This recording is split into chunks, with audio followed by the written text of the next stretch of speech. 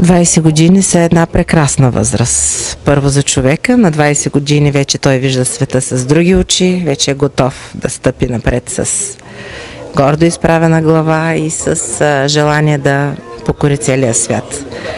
При нас 20 години, бих казала, са един бърз и не толкова бърз растеж. Времето, през което успяхме да се утвърдим на пазара с едно постоянство, с една квалифицирана работна ръка, с едно желание да направим клиента доволен, преди всичко с голямо Д.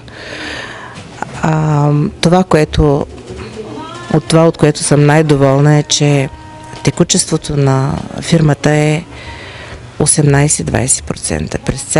През цялото време са си отивали хора, които евентуално или са сменяли местоживеенето, или евентуално наистина не са били подходящи, за да се впишат в колектива. Всичко останало е работило, отдало от себе си и са се развивали. Бих казала, всички са професионалисти. Прекрасни хора, прекрасни колеги. От началото започнахме с продажба и обслужване на автомобил Таврия, който е толкова малко изместен в момента, защото той за малко беше на пазара. После продавахме и обслужвахме автомобили Део, най-много мисля тях. Утвърдихме се на пазара с тях и след това вече автомобилите Форд и Шкода. Бих казала, че към момента в Добрич за тези автомобили сме номер 1. Какво ще пожелаете на екипа си, а съответно и на вашите клиенти?